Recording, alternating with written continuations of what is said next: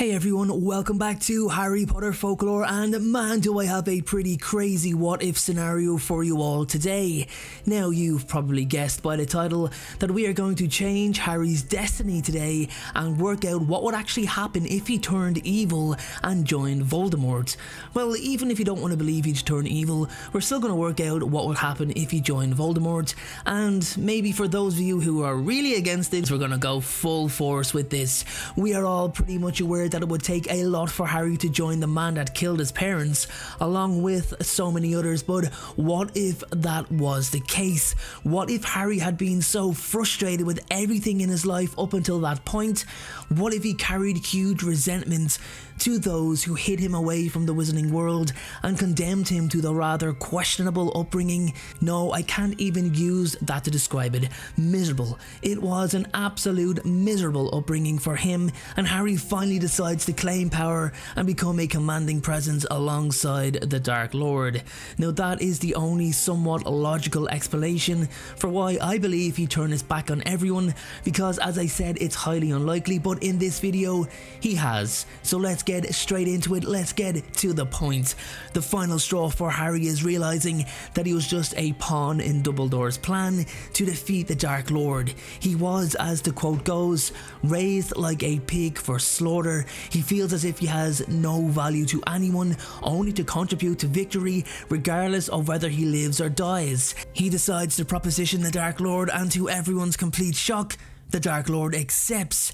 Voldemort knows that with Harry in his ranks, it would absolutely destroy the morale of the opposition. So the Wizarding World is thrown into chaos. The unlikely alliance would completely disrupt the power balance and create a new, even more dangerous threat to the magical community than ever before. How could Harry Potter, the chosen one, the boy who lived, join the person he was born to destroy? Nature's attempt to even the odds has failed. Voldemort would have likely seen Harry's power and skill as a valuable asset to his cause and would have attempted to manipulate and control him. He's not exactly going to sit there and have a beer. However, there is a slight sense of doubt to some of the Death Eaters that Harry, on the other hand, may have only joined Voldemort out of a sense of desperation or as a means to an end, with the hope of ultimately finding a way to defeat him from the inside. Ultimately, the Wizarding World, the Wizarding community, would not take kindly to this alliance. There would be outrage amongst shock. Many of Harry's former friends and allies, and the Ministry of Magic would likely step in, take action in order to stop him. This would put Harry in an even more dangerous and precarious position, as he would now be torn between his loyalty to Voldemort and his desire to protect the Wizarding community, which, despite his actions, was what he truly wanted. As the unlikely alliance continued, Harry and Voldemort's relationship would likely become increasingly strained and tense, with Harry constantly battling his own inner demons and struggling to maintain his own moral code. The alliance would probably end in a climatic and devastating battle, as it originally did, but with the outcome determining the fate of the Wizarding World, except this time, Harry is on the opposite side. The union between he and Voldemort would have created a complex and hazardous situation, filled with so much uncertainty and tension, and would have had far-reaching consequences for the Wizarding World. Let's just continue to take a look at the reaction from everybody. So the Wizarding World would be thrown into a state of shock and confusion. Harry Potter, who previously had been seen as a hero and a symbol of hope, would now be viewed as I said, a traitor and a threat. The Wizarding community would be completely divided, with many of Harry's former friends and allies feeling extremely confused, and others viewing his alliance with Voldemort as a desperate ploy to achieve a joint outcome. Harry would eventually become one of Voldemort's most trusted allies, and would be tasked with leading his forces and carrying out his orders. Voldemort would continue to attempt to manipulate and control Harry, as I previously mentioned, using him as a pawn in his quest for domination and control over the Wizarding World, similar to what Dumbledore did. However, Harry would not be easily controlled. Despite his dark union with Voldemort, Harry Potter would still have his own values and would likely to continue to struggle and reconcile these, maintaining his loyalty to Voldemort. He would struggle to absorb the knowledge that his actions may be causing harm and suffering to those he once swore to protect. He questioned himself multiple multiple times, but believed that what he was doing would bring a means to an end. So the Ministry of Magic would now begin to enforce action against Harry and Voldemort. I previously mentioned that they were considering it, they were going to have to step in, and now they are. They're taking action. So they see Harry and Voldemort's alliance as an even bigger threat to the wizarding world than ever before. They would work gathering their own forces, mobilise their aurors in an effort to what was revealing itself to be a devastating impending loss.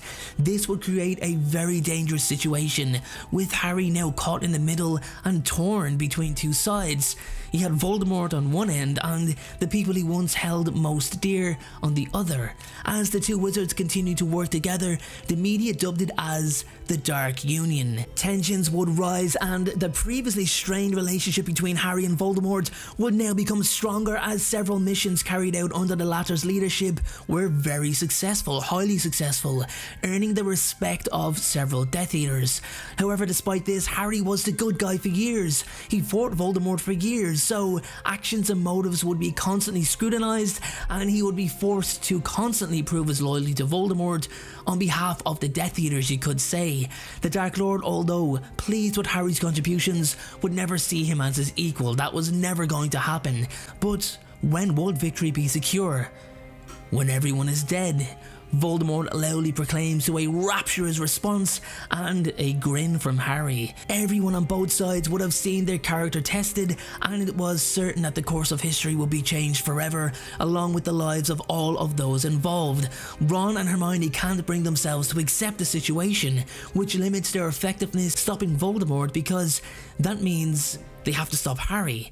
Ron believes in his heart that Harry is still on their side and is sacrificing his own reputation to defeat Voldemort from the inside, from within. Many of Harry's former friends and allies would have likely tried to find a way to reach out to him, hoping to bring him back to the side of the good and help him see the error of his ways. Not just Ron and Hermione, as I mentioned. Neville Longbottom, for example, cannot see the process, how Harry can stand beside the woman who tortured his parents, something he confided into Harry. On the other hand, some would view him as a lost cause and see no choice but to stop him by any means necessary. New alliances would be formed and old ones would be broken as the community banded together to face the powerful threat.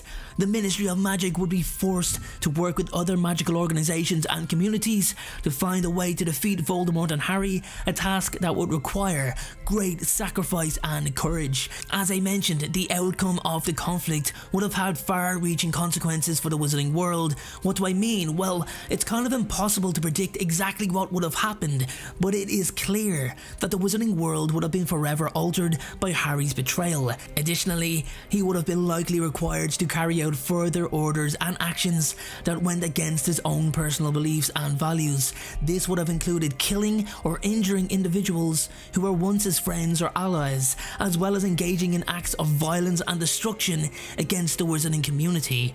Harry had never spoken the words Avada Kedavra. He was afraid to because of his lack of desire to kill anyone, and that would have left him barefaced and his loyalty would have been questioned once again. The weight of these actions would have been a very heavy burden for Harry to bear. His internal conflict would have created a deep sense of guilt and remorse, and Harry may have truly struggled to reconcile his actions with his own moral code. Continuing with having to fight wand against wand, as Harry continued to work with Voldemort, he would have been likely forced to face individuals who were once very important to him, including members of the Order of the Phoenix and even the Weasley family. This could have led to intense and emotionally charged confrontations in this fictional scenario. There you have it, everyone. That is my take on what would happen if Harry joined Voldemort. Tell me how you feel in the comment section below. Do you like seeing Harry as a villain? Did it just feel wrong? I want to know. Thanks again, and make sure to look out for my next video.